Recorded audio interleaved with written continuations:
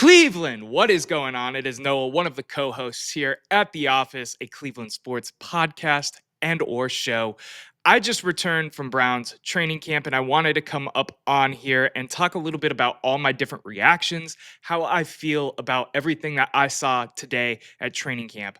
Real quick reminder, please drop us a follow at The Office CLE on YouTube, Instagram, TikTok, X, you name it, we're on it and we're posting content and we're continuing to post content. Follow myself as well at Noah Olson 77. I'm on X a lot. I'm on socials. I'm on all the socials as well. I want to get into what I saw today at training camp, though. But first, let's start with a little bit of the fan experience part. It's a little bit different this year, right? The main thing that's different is they would switch between sides of the fields that they would be doing their own practices on, whether it be on the left or right when you're first walking in. With the new construction, that is not the case. You will be going straight to the right and you will be going to the original bleachers from way back when they first started, or at least I first started going to training camp.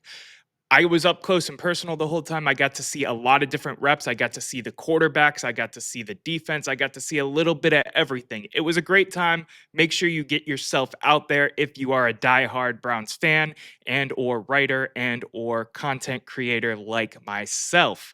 Let's get into what you're here for, though. And that is what I saw at training camp while I was there, July 25th, Friday afternoon. And there was a lot of things to see.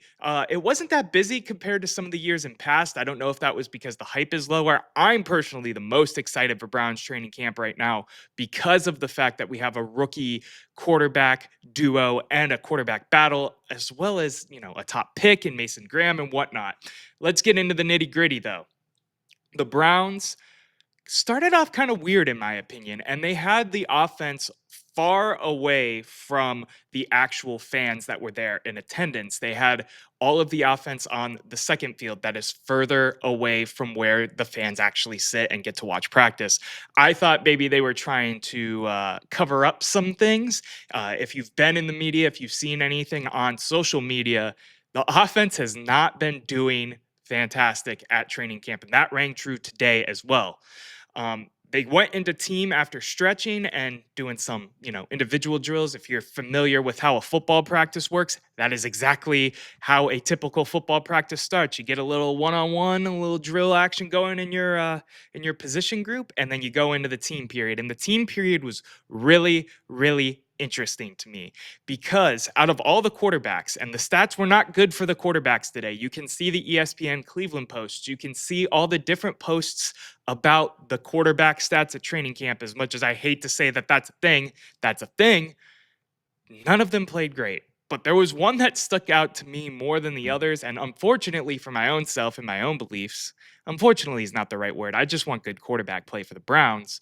But I have not been on the Kenny Pickett train, and he looked the best out of all the quarterbacks to me, in my opinion.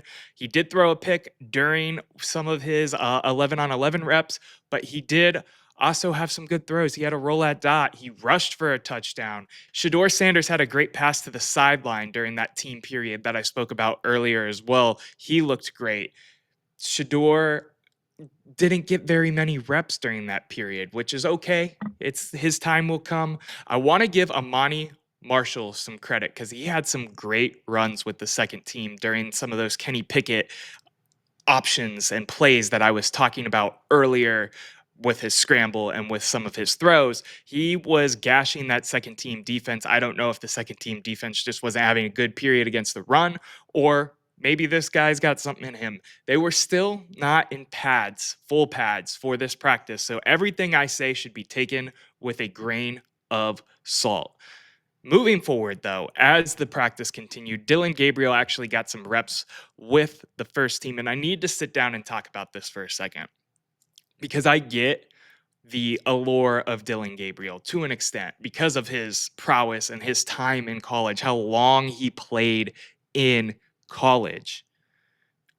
But man, sitting there and watching him drop back in the pocket and then try to step up in the pocket, especially with first teamers and people who are as large of humans as Dewan Jones and some of the other offensive linemen in that room, I don't know how he's ever going to get a ball off. And I don't mean that to like lean into the short jokes. I mean, there was a literal play, I can see it in my mind right now, where Dylan Gabriel stepped up in the pocket because he felt the pressure, and I could not tell how he could see anything for anything with his height compared to the offensive line.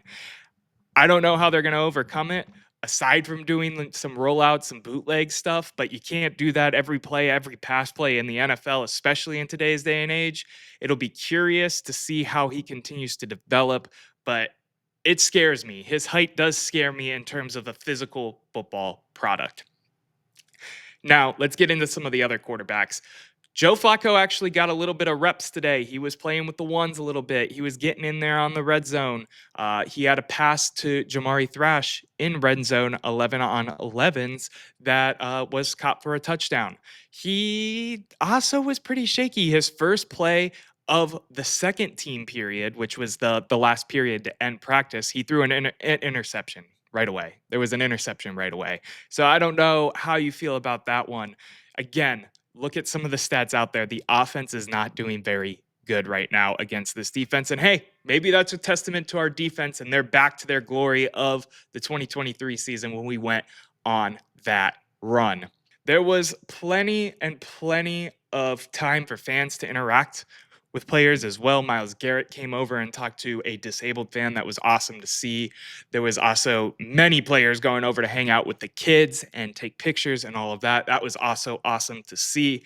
It was really all in all a good takeaway, a great time to kind of get your own view of what's going on with the Cleveland Browns, because you hear a lot of the things that the media have been saying since OTA, since mandatory minicamp, whether it be the rotation of the quarterbacks or what XYZ player looks like. And to see it with your own eyes and get it verified yourself it's honestly something pretty special in my opinion. The rotation was to a T exactly how you would have been told prior to being able to go there for yourself and see it, with the rookies splitting up with kind of the bottom of the roster when it came to red zone 11 on 11s, and the veterans playing with the top of the roster, and Gabriel, like I said a little bit earlier, getting a little bit of first team reps, and Shedeur not playing as much and some of this stuff. And I want to talk about Shedeur not playing as much for just a second here. I wonder if some of the fact of Shedeur not getting reps like that has to do with some of the speeding ticket stuff. Because Andrew Berry came out the other day, it might have been yesterday afternoon, talking about how it was immature and inexcusable and stuff like that. I wonder if part of this is kind of, I don't want to say punishment, but a punishment for some of the behavior of Shedeur Sanders. And maybe you can think that's rich because of some of the other players' behaviors that we have excused in the past, but you can also say maybe this is a step in the right direction. I don't know. That is a theory I've seen floated around that I wanted to give some light to, honestly, because I think it could be true, because I don't see anything out of any four of these quarterbacks right now that make me think one deserves more reps than the other. It was interesting to see Pickett have moments of greatness, but then Pickett would go out there and throw a pick to end his 11 on 11 period. So it'll be interesting. It'll be interesting to see what happens with Shedeur. I know a lot of fans, Shedeur fans, get excited and are now in the dumps because not as much has happened yet. But I got to remind you all, it is the first week of training camp. It was the first practice where fans could attend. There's plenty of time to let this situation develop. It's probably for the betterment of Shedeur Sanders' career to not play through that gauntlet of 6 games at the beginning of the season that we do have, and just let it roll and see what happens. Make sure you get yourself out to training camp if you can. Judge things with your own eyes, see them with your own eyes, get your own feeling.